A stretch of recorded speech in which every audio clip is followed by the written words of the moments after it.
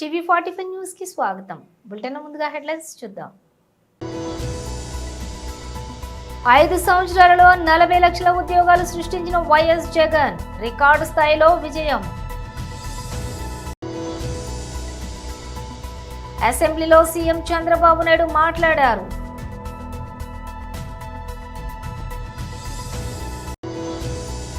మాజీ MP doctor Boora Narasayya Goud మీడియాతో మాట్లాడారు.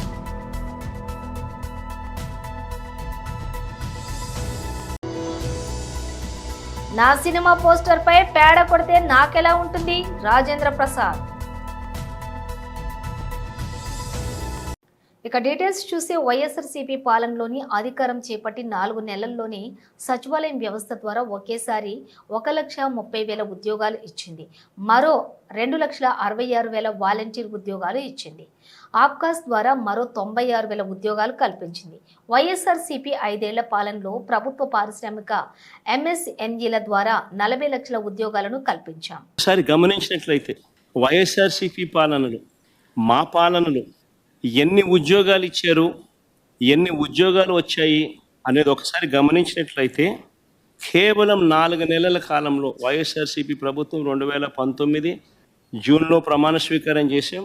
అక్టోబర్ కల్లా గాంధీ జయంతి కల్లా ఏకంగా 1,30,000 ఉద్యోగాలు గ్రామ వార్డు సచివాలయాలలో మన పిల్లలు పనిచేస్తూ కనిపించేట్టుగా చేశాం. 4 నెలల కాలంలోనే ఏకంగా మరో 2,66,000 వాలంటీర్ల ఉద్యోగాలు అక్టోబర్ 2 గాంధీ జయంతి నాటికి అంటే మా ప్రభుత్వం ఏర్పడిన 4 నెలల కాలంలోనే రిక్రూట్ చేశాం. ఎవరు కాదనలేని సత్యాలు ఇవన్నీ. యాప్కాస్ ద్వారా మరో 1,00,000 ఉద్యోగాలు, యాప్కాస్ ద్వారా కరెక్ట్గా చెప్పాలంటే 96,000 ఉద్యోగాలు యాప్కాస్ ద్వారా కల్పించడం జరిగింది. యాప్కాస్లో పే స్లిప్పులతో సహా చెప్పగలుగుతాం ఎవరికి ఉద్యోగాలు ఇస్తున్నామని. నేను చెప్పిన ప్రతి నెంబరు కూడా పే స్లిప్స్తో సహా ఆధార్ కార్డ్ నెంబర్తో సహా చెప్పగలుగుతాం. గ్రామ సచివాలయాల్లో పనిచేస్తా ఉన్న పిల్లలైతేనేమి 1,30,000 పైచిలుకు పిల్లలైతేనేమి, 2,66,000 వాలంటీర్లు అయితేనేమి, ఆప్కాస్లో పనిచేస్తూ ఉన్న 96,000 మంది పిల్లలైతేనేమి, ఆర్టీసీ విలీనం ద్వారా 58,000 మంది ఆర్టీసీ ఎంప్లాయీస్కి రెగ్యులరైజ్ చేస్తూ వాళ్ళందరికీ తోడుగా ఉండే కార్యక్రమం అయితేనేమి, ఇవి కాక మిగిలిన కాంట్రాక్టు, మిగిలిన గవర్నమెంట్ ఉద్యోగాలన్నీ కూడా లెక్కేసుకుంటే అక్షరాల 5 సంవత్సరాల కాలంలో వైఎస్ఆర్సీపీ ప్రభుత్వ హయాంలో వివిధ సెక్టార్లలో గవర్నమెంట్ ఉద్యోగాలు అని అంటే గవర్నమెంట్ ఉద్యోగాలు, అవుట్సోర్సింగ్, కాంట్రాక్టు అన్ని గవర్నమెంట్ పరానికి సంబంధించినవి 6,31,310 మందిని వైఎస్ఆర్సీపీ హయాంలో ఉద్యోగాలు ఇచ్చారు. అదేవిధంగా large and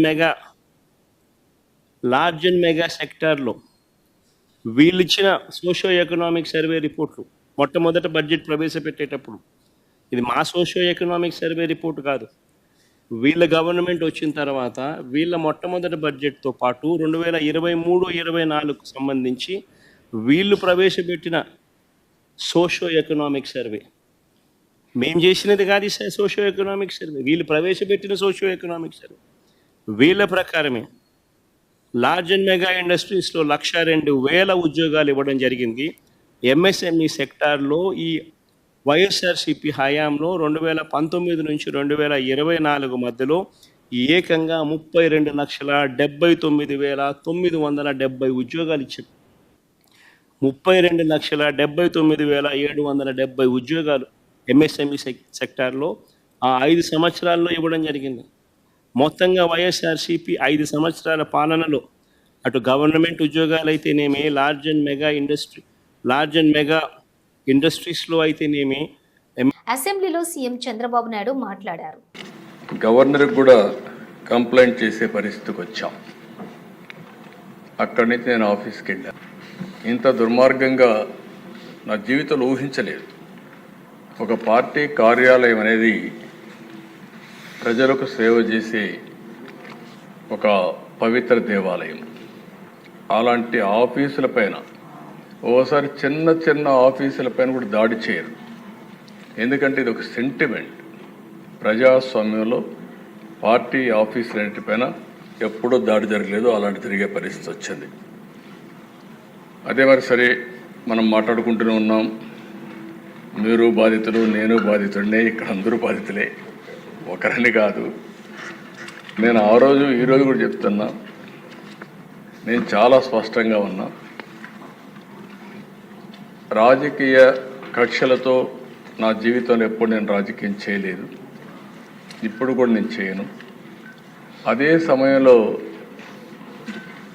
law and order సమస్యలు క్రియేట్ చేసే వాళ్ళపైన మాత్రం ఈ ప్రభుత్వం సింహ స్వప్నంగా ఉంటుందని మరొకసారి హెచ్చరిస్తున్నాను.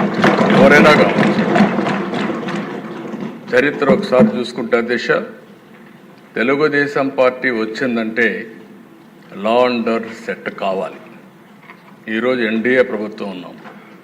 ఎన్డీఏ ప్రభుత్వం కూడా చాలా స్పష్టంగా ఉంది, ఎట్టి పరిస్థితుల్లో లా అండ్ ఆర్డర్ ఉపేక్షించాం, ఎవ్వరు బ్రేక్ చేసినా.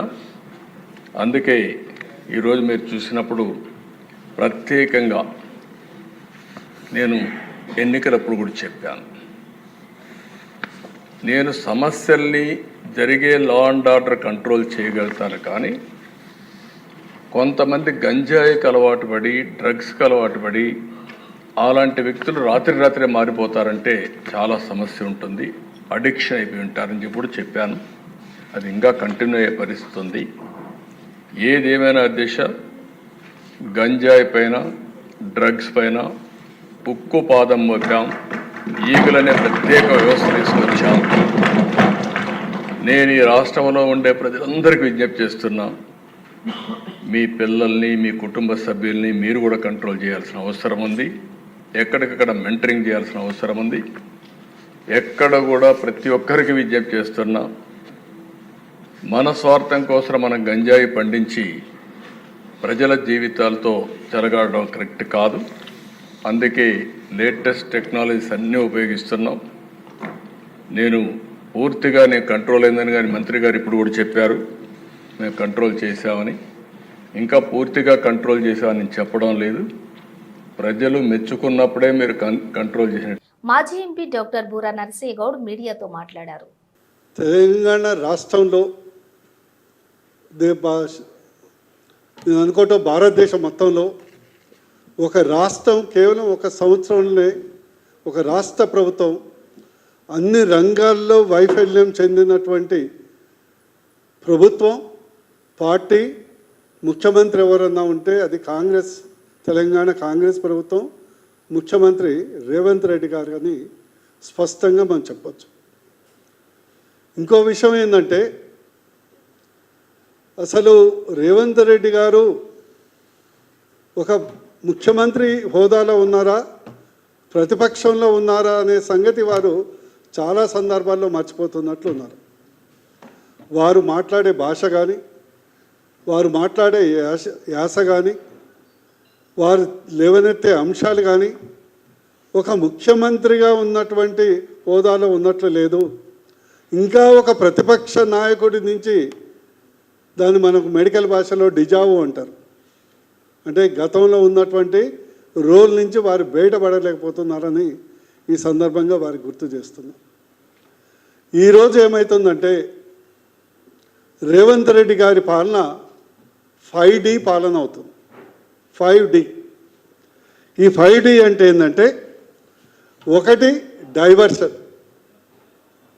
మొదటిది డైవర్షన్. ఏం డైవర్షన్? ఈ రేస్ కుంభకోణం అన్నారు, కొన్ని నెలలు ఆ డైవర్షన్. ఫోన్ ట్యాపింగ్ అన్నారు, కొన్ని రోజులు ఆ డైవర్షన్. దాని తర్వాత కులగణనని చెప్పి కొన్ని నెలలు ఆ డైవర్షన్. ఎస్సీ కేటగరైజేషన్ అని చెప్పి కొద్ది రోజులు ఆ డైవర్షన్. ఇక్కడ ఎస్ఎల్బిసి మొత్తం కుంగిపోయి 8 మంది చనిపోతే దాన్ని జవాబు చెప్పలేక మళ్ళీ పోయి మంత్రులందరూ ఢిల్లీలో కృష్ణ వాటర్ అని కూర్చొని డైవర్షన్. ఫస్ట్ డి వాళ్ళు చేసేది ఏంటంటే డైవర్షన్. సెకండ్ డి ఏంటంటే డిమాలిషన్. గతంలో నేను చెప్పాను, వారు డిమాలిషన్ మ్యాన్ అయిపోయారు. హైడ్రాని ముందర పెట్టేసి ఎవరైతే ఇష్టం లేదో, ఎవరైతే కష్టాల్లో ఉన్నారో వాళ్ళని డిమాలిషన్ చేయటం, వారి ప్రత్యేకమైనటువంటి ప్రభుత్వం. కానీ అదే ఓల్డ్ సిటీలో సాక్షాత్తు చెరువులో కట్టినటువంటి ఎంఐఎం ఎమ్మెల్యే కాలేజీ మాత్రం టచ్ చేయడానికి మాత్రం ధైర్యం సరిపోదు. కానీ పేద ప్రజలు, మధ్యతరగతి రాజేంద్ర ప్రసాద్ ఒకానొక సమయంలో తెలుగు సినిమా హాస్యాన్ని పరుగులు పెట్టించిన కథానాయకుడు.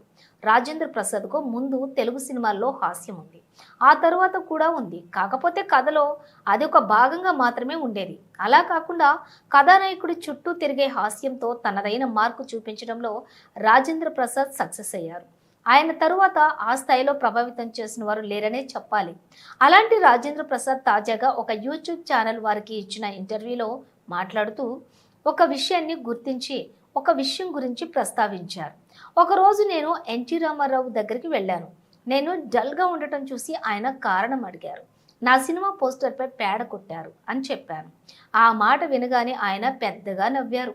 ఎవరో పని కట్టుకుని వచ్చి నీ పోస్టర్పై పేడ కొట్టారు అంటే నువ్వు ఎదుగుతున్నావని అర్థం. దానికి నువ్వు సంతోషపడాలి కానీ బాధపడకూడదు అని అన్నారు. పెద్ద ఆయన ఆ మాట చెప్పిన తర్వాత నా ఆలోచన విధానం మారిపోయింది. అప్పటి నుంచి ఏదైనా పాజిటివ్గా తీసుకోవడం మొదలుపెట్టాను. సెట్లో రాజేంద్ర ప్రసాద్తో కొంచెం కష్టమే అని చెప్పుకుంటూ ఉంటారు. నిజంగానే నేను సెట్లో ఉంటే కాస్త అల్లరిగా గొడవగానే ఉంటుంది. సీన్ పర్ఫెక్ట్గా రావడం కోసం వంశీ నేను పోట్లాడుకునేవాళ్ళం. నిజంగా నేను కాస్త తేడా అయితే రేలంగి నరసింహారావు నాతో 35 సినిమాలు ఎందుకు తీస్తారు? క్రియేటివిటీ విషయంలో గొడవ పడటంలో తప్పులేదు అని అన్నారు. భద్రాద్రి కొత్తగూడెం జిల్లా భద్రాచలం నియోజకవర్గం భద్రాచలం పట్టణంలోని ఛత్రపతి శివాజీ మహారాజ్ జ్యేష్ఠ పుత్రుడు శంభాజీ మహారాజ్ వర్ధంతి సందర్భంగా విశ్వ హిందూ పరిషత్ మందిర అర్చక పురోహితు తెలంగాణ రాష్ట్ర సహా ప్రముఖ్ ఓరగంటి సురేష్ కుమార్ మాట్లాడుతూ హిందువులందరూ ఛత్రపతి శివాజీ వలె ధైర్య సాహసాలు కలిగి ఉండి హిందూ దేవతలను ఆరాధిస్తూ హిందువులందరికీ ఆదర్శప్రాయంగా ఉండాలని కొనియాడుతూ శంభాజీ మహారాజ్ చిత్రపటానికి పూలమాలలు వేసి నివాళులు అర్పించారు. భద్రాచలం ప్రఖండ శాఖ ఆధ్వర్యంలో ఈ కార్యక్రమం జరిగింది. ఈ కార్యక్రమంలోని భద్రాచలం ప్రఖండ అధ్యక్షులు తాటిపాముల తిరుపతిరావు, కార్యదర్శి అమర్రాజు, నాగేశ్వరరావు, దొడ్డిపట్ల మణికంఠ, పసుపులేటి రామ్ మరియు అనేక మంది కార్యకర్తలు ఈ కార్యక్రమంలో పాల్గొన్నారు.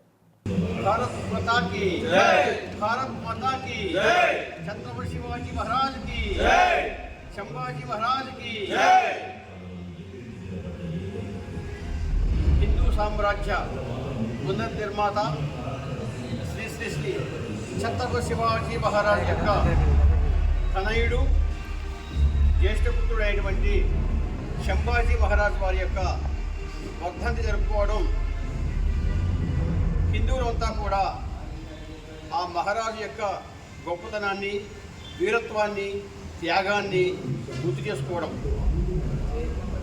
చరిత్ర మొత్తం కూడా ఎర్ర కళ్ళద్దాలతో రాసి శంభాజీ మహారాజు యొక్క వీరత్వాన్ని, ధైర్యాన్ని, ఆయన యొక్క శక్తియుక్తుల్ని కూడా మసిపూసి మారేడుకాయ చేసి ఆయన తక్కువ చేసి రాయడం జరిగింది.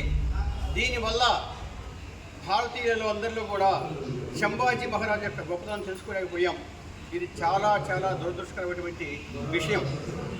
శంభాజీ మహారాజు యొక్క ధీరత్వం, వీరత్వం, ఆయన యొక్క త్యాగం, గొప్పతనం మొత్తం కూడా మనం ఇప్పుడు సినిమాలు చూసి నేర్చుకోవాల్సినటువంటి దుస్థితి ఏర్పడింది. ఈ దుస్థితికి హిందువులంతా కూడా దురదృష్టంగా భావిస్తున్నాం.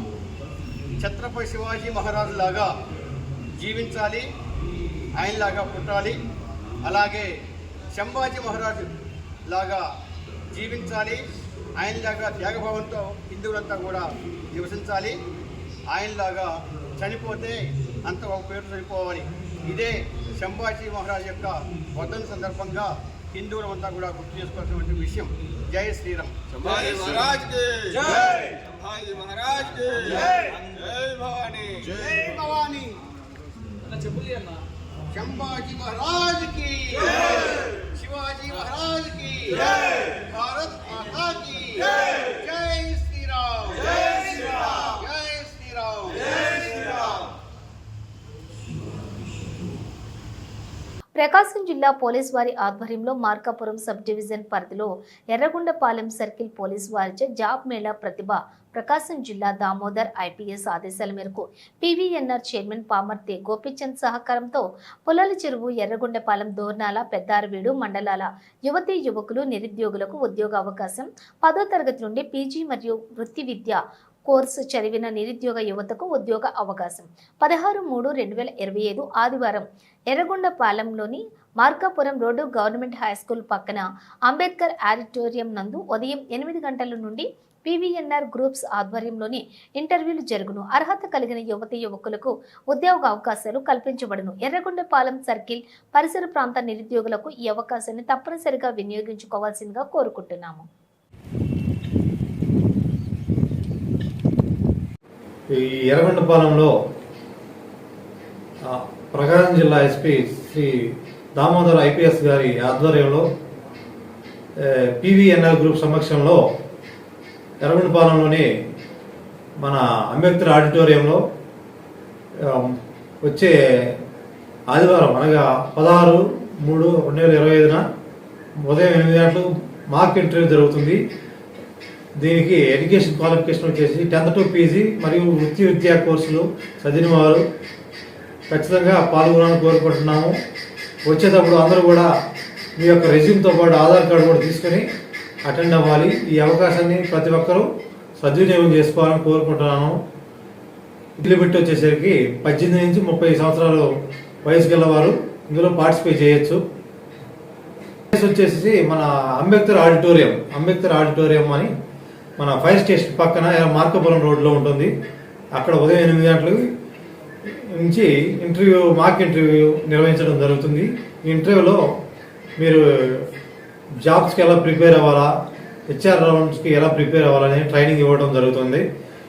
ఈ అవకాశాన్ని ప్రతి ఒక్కరూ సద్వినియోగం చేసుకోవాలని 4 మూల ఎర్రగొండపాలెం, దోర్నాల, పుల్లల చెరువు, పెదారవీడు మండల పరిసర ప్రాంత యువత దీన్ని ఖచ్చితంగా సద్వినియోగం చేసుకోవాలని కోరుకుంటున్నాను. అదే రోజు 16/3/2025 30 నుంచి 50 కంపెనీల దాకా వస్తాయి. ఆ రోజు ట్రైనింగ్ ఇచ్చేసి ఫర్దర్ ఇంకో డేట్ చెప్తాం. ఆ రోజున ఫైనల్ ఇంటర్వ్యూ ఉంటుంది. కావున ఈ అవకాశాన్ని ప్రతి ఒక్కరూ వినియోగించుకోవాలని కోరుకుంటున్నాం. Thank you. జనసేన పార్టీ ఆవిర్భావ దినోత్సవం విజయవంతం చేయండి. జనసేన పార్టీ నాయకులు ఎర్రంశెట్టి పోలారావు పిలుపునిచ్చారు. జనసేన పార్టీ కార్యాలయంలో మంగళవారం మధ్యాహ్నం 3 గంటలకు భారీ బైక్ ర్యాలీ ద్వారా ప్రచారం నిర్వహిస్తూ రాజానగరం పార్టీ కార్యాలయం వరకు బైక్ ర్యాలీ కొనసాగుతుందని పోలారావు తెలియజేశారు. మార్చి 14వ తారీఖున ఎమ్మెల్యే బత్తుల బలరామకృష్ణ ఆధ్వర్యంలో జనసునామీ లాగా కుంభమేళా తరహాలో పిఠాపురం బయలుదేరటం జరుగుతుందని అన్నారు. జనసేన పార్టీ నాయకులు కార్యకర్తలు విజయోత్సవ ర్యాలీలో పాల్గొనాలని తెలియజేశారు. అందరికీ నమస్కారం. రాజనగరం నియోజకవర్గ శాసనసభ్యులు మన ఎమ్మెల్యే బొత్తుల బలరామకృష్ణ గారి ఆధ్వర్యంలో రాబోయే 14వ తేదీన పిఠాపురం గ్రామంలో గొప్ప జనసేన పార్టీ ఆవిర్భావ సభ దినోత్సవం జరపబడుతుంది. కాబట్టి ఈ కార్యక్రమానికి రాజనగరం నియోజకవర్గం నుండి జనసేన నాయకులు, కార్యకర్తలు, వీర మహిళలు అందరూ కూడా ఈ కార్యక్రమంలో పాల్పంచుకొని ఈ కార్యక్రమాన్ని జయప్రదం చేస్తారని కోరుకుంటూ, మరి అదేవిధంగా ఈ కార్యక్రమం ఒక పుష్కరాలలాగానో ఒక కుంభమేళాలలాగానో జరుగుతుందని చెప్పి అందరూ భావిస్తున్నారు. మరి ఈ కార్యక్రమానికి మన వంతు మన రాజానగరం నియోజకవర్గాన్ని మన ఎమ్మెల్యే గారు ఆధ్వర్యంలో ఆయన పేరును ఇంకా బాగా ముందుకు తీసుకెళ్తూ ఈ సభను విజయవంతం చేస్తారని చెప్పి కోరుకుంటూ, మరి అదేవిధంగా ఈరోజు సాయంత్రం ఆవిర్భావ సభ ప్రచారంలో భాగంగా కోరుకొండ జనసేన పార్టీ కార్యాలయం నుండి రాజానగరం మండల కార్యాలయం వరకు కూడా గొప్ప బైక్ ర్యాలీ నిర్వహిస్తున్నారు. ఈ కార్యక్రమంలో కూడా అందరూ పాల్గొని ఈ కార్యక్రమాన్ని విజయవంతం చేస్తారని చెప్పి కోరుకుంటూ, జై జనసేన, జై బొత్తుల బలరామకృష్ణ. అధికారంలోకి వచ్చిన వెంటనే అంగన్వాడీలకు న్యాయం చేస్తామని హామీలు ఇచ్చిన కూటమి ప్రభుత్వం ఇప్పుడు వారికి తీరని అన్యాయం చేస్తోందని ఏపీ కాంగ్రెస్ అధ్యక్షురాలు వైఎస్ షర్మిల ఆరోపించారు. రాష్ట్రంలోని అంగన్వాడీలు ఆందోళన బాట పడుతూ ఉండటం పట్ల ఆమె స్పందించారు. మాట తప్పి మోసం చేయటం అంటే ఇదేనని తమ గోడు వినిపించాలనుకున్న అంగన్వాడీలను ఎక్కడికక్కడ నిర్బంధించడం నిరంకుశత్వానికి నిదర్శనమని ఆమె విమర్శించారు. వారు గొంతు నొక్కి ఆందోళనను అణిచివేయటం కూటమి ప్రభుత్వం యొక్క నియంతృత్వ చేష్టలకు పరాకాష్ఠ అని పేర్కొన్నారు. అంగన్వాడీల డిమాండ్లు పూర్తిగా న్యాయబద్ధమైనవని, వెంటనే వారిని పిలిచి ప్రభుత్వం చర్చలు జరపాలని వైఎస్ షర్మిల డిమాండ్ చేశారు. బులెటిన్ ముగించే ముందు హెడ్లైన్స్ మరోసారి. 5 సంవత్సరాలలో 40 లక్షల ఉద్యోగాలు సృష్టించిన వైఎస్ జగన్, రికార్డు స్థాయిలో విజయం. అసెంబ్లీలో సీఎం చంద్రబాబు నాయుడు మాట్లాడారు.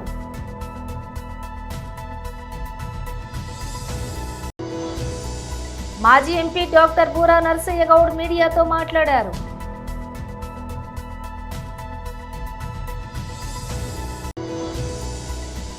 నా సినిమా పోస్టర్ పై పేడ కొడితే నాకెలా ఉంటుంది? రాజేంద్ర ప్రసాద్. ఇవి బులెటిన్ విశేషాలు. మరో బులెటిన్తో మళ్ళీ కలుద్దాం.